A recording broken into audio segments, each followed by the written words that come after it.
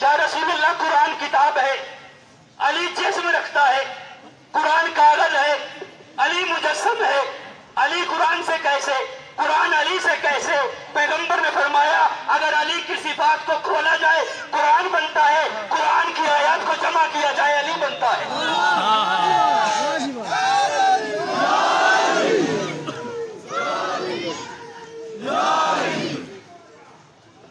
جو میرا رسول دے وہ لے لو، جس سے روکے رک جاؤ.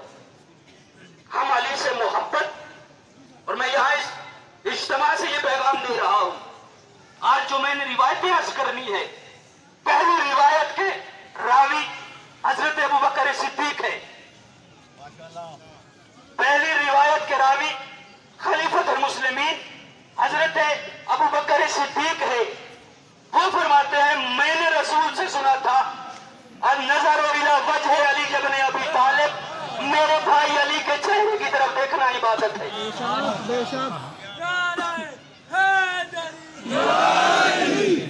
صاحب یہ رسول فرماتے ہیں کسی نے رسول سے پوچھا تھا یا رسول اللہ علی اگر موجود نہ ہوئے پھر تو ہم اس عبادت سے رہ گئے. علی نے فرمایا پریشان ہونے کی ضرورت نہیں، ذکر علی یہ نہیں بادا، میرے بھائی علی کا ذکر کرنا عبادت ہے.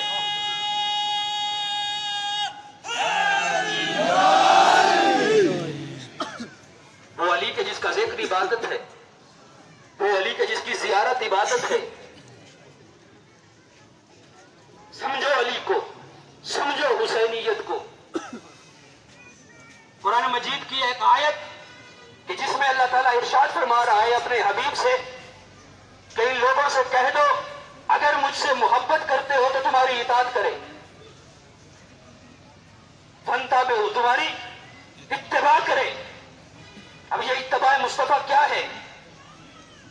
پھر اللہ نے فرمایا اگر انہوں نے تمہاری اتباع کی میں یحببکم اللہ، اللہ ان سے محبت کروں گا.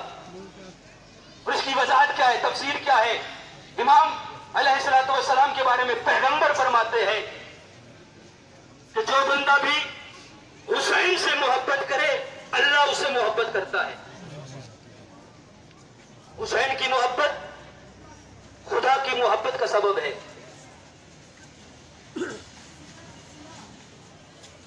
23 رجب کو جب خط آیا ہے کہ بیعت طلب کی جائے،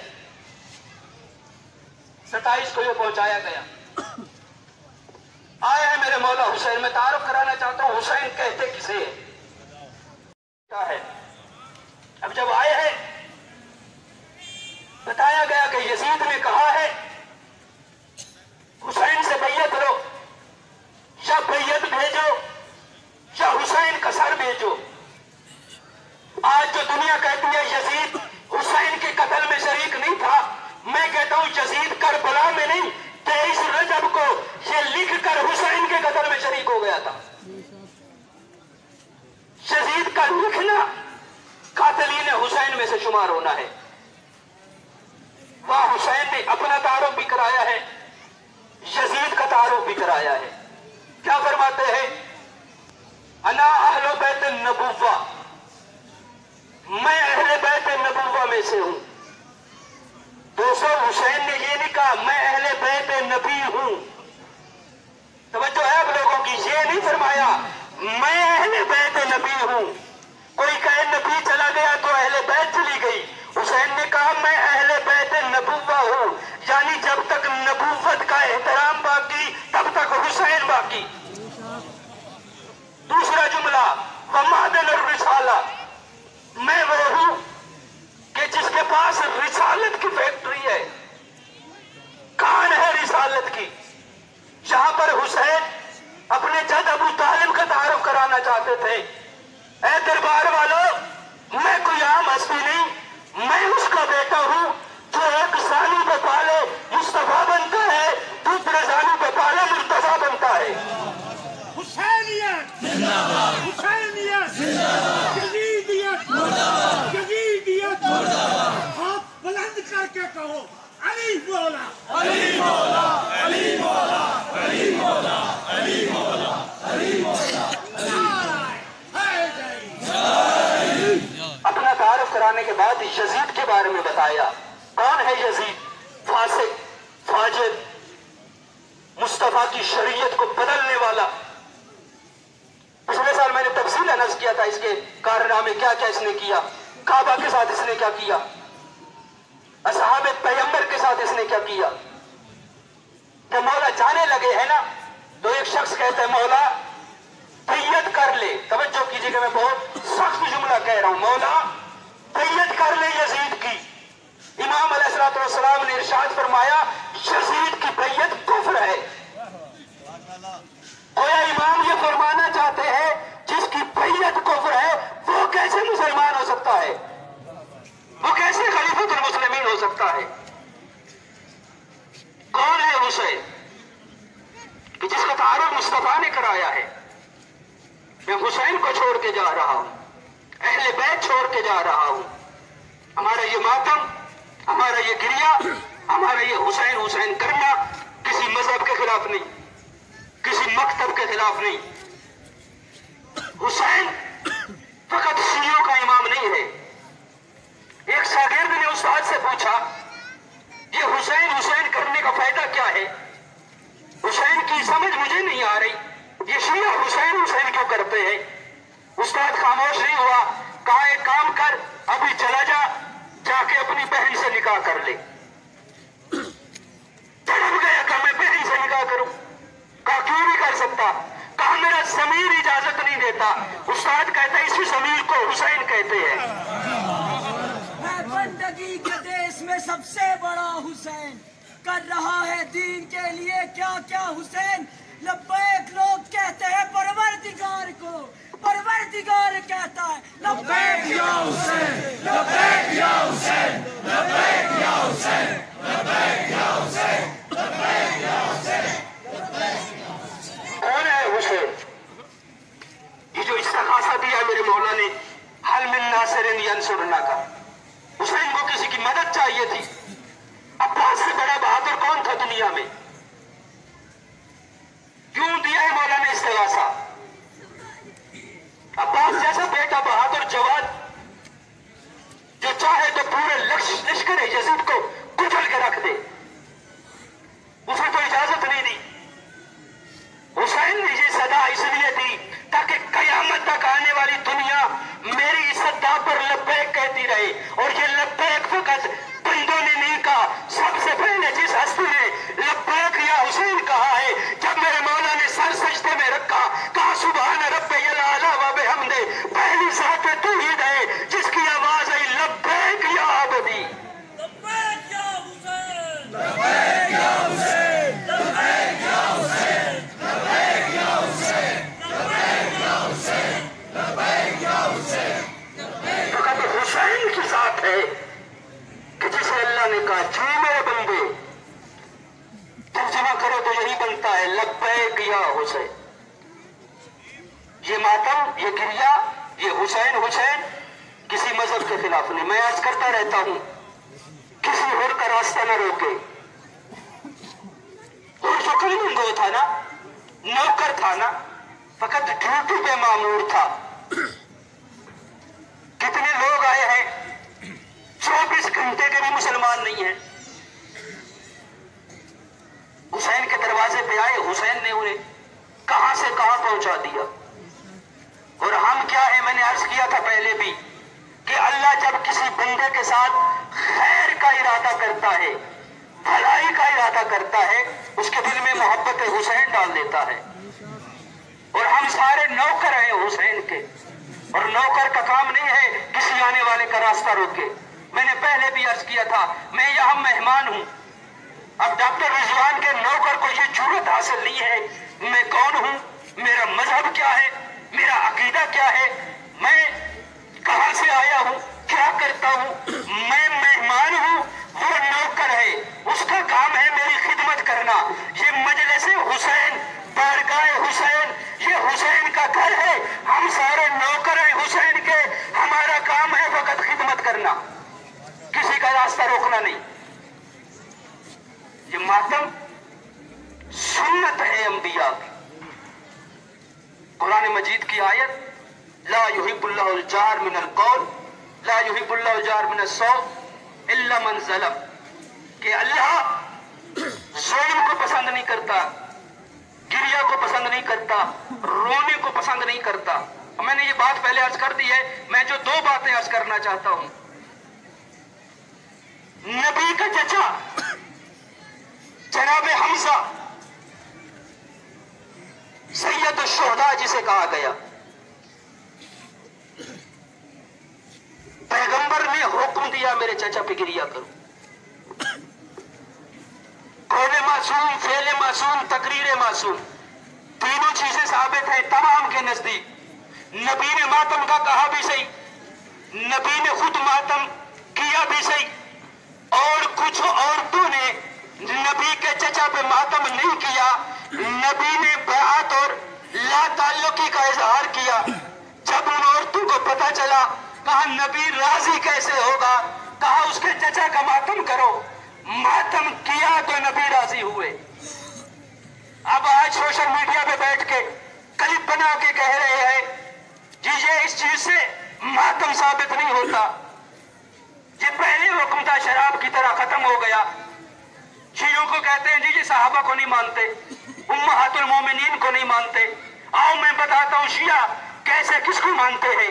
ابھی میں نے حضرت ابوبکر کی حدیث آپ کے سامنے عرض کی، تو کہہ رہا ہے رسول نے کہا تھا لیکن ماتم کا حکم منسوخ ہو گیا تھا، پھر مجھے بتا ام المومنین حضرت عائشہ نے پیغمبر کے جنازے پہ ماتم کیوں کیا؟ اب بی بی کا منکر تو ہے یا میں ہوں؟ میرا ماتم کرنا یہ میں نے لیا ہے جناب عائشہ سے، بی بی ام المومنین نے ماتم کر کے ہمیں بتایا ہے۔ حسین حسین کرنے سے نفرت۔ حسین کون ہے؟ کہ شیعہ قوم کی بے وقوف نہیں ہے، ہر گھوڑے کی پجاری نہیں ہے یہ کو۔ ایک ایک عمل قرآن سے ثابت، ایک ایک عمل سیرت مصطفیٰ سے ثابت۔ میں بڑی ذمہ داری سے کہہ رہا ہوں، فطرت جیسے فرشتے کو حسین کے جھولے سے شفا دے کر کے حسین رہتی دنیا تک کو پیغمبر نے یہ پیغام دیا ہے کہ میرے بیٹے حسین سے مانگنا بھی جائز ہے، حسین سے منسوب ہر شبی سے مانگنا بھی جائز ہے۔ ماتم یہ گریہ یہ حسین حسین کسی کے خلاف نہیں ہے۔ سوچ تو صحیح نا، جو مہر نبوت کا سوار تھا اسے مارا کیسے؟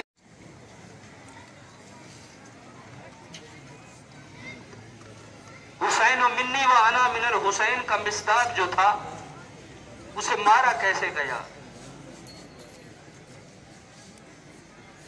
یہ رونا، اس کی عبادت اور اس کا ثواب آج مومن کو پتہ نہیں چلے گا۔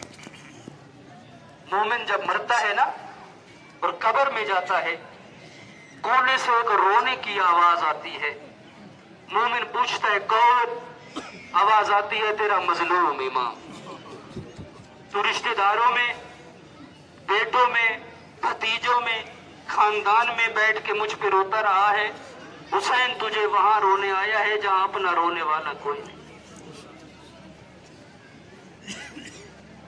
مہمان مارے گئے، جوان مارے گئے، صبح سے تھکا ہوا حسین جس نے اکبر کا لاشا بھی اٹھایا، جس نے اصغر کی پیاس کی شدت کو بھی دیکھا۔ علماء نے حسین کے بیٹے علی اصغر کی مثال مچھلی سے دی ہے۔ مچھلی کو اگر پانی سے نکالا جائے 3 حالتیں بن جاتی ہے۔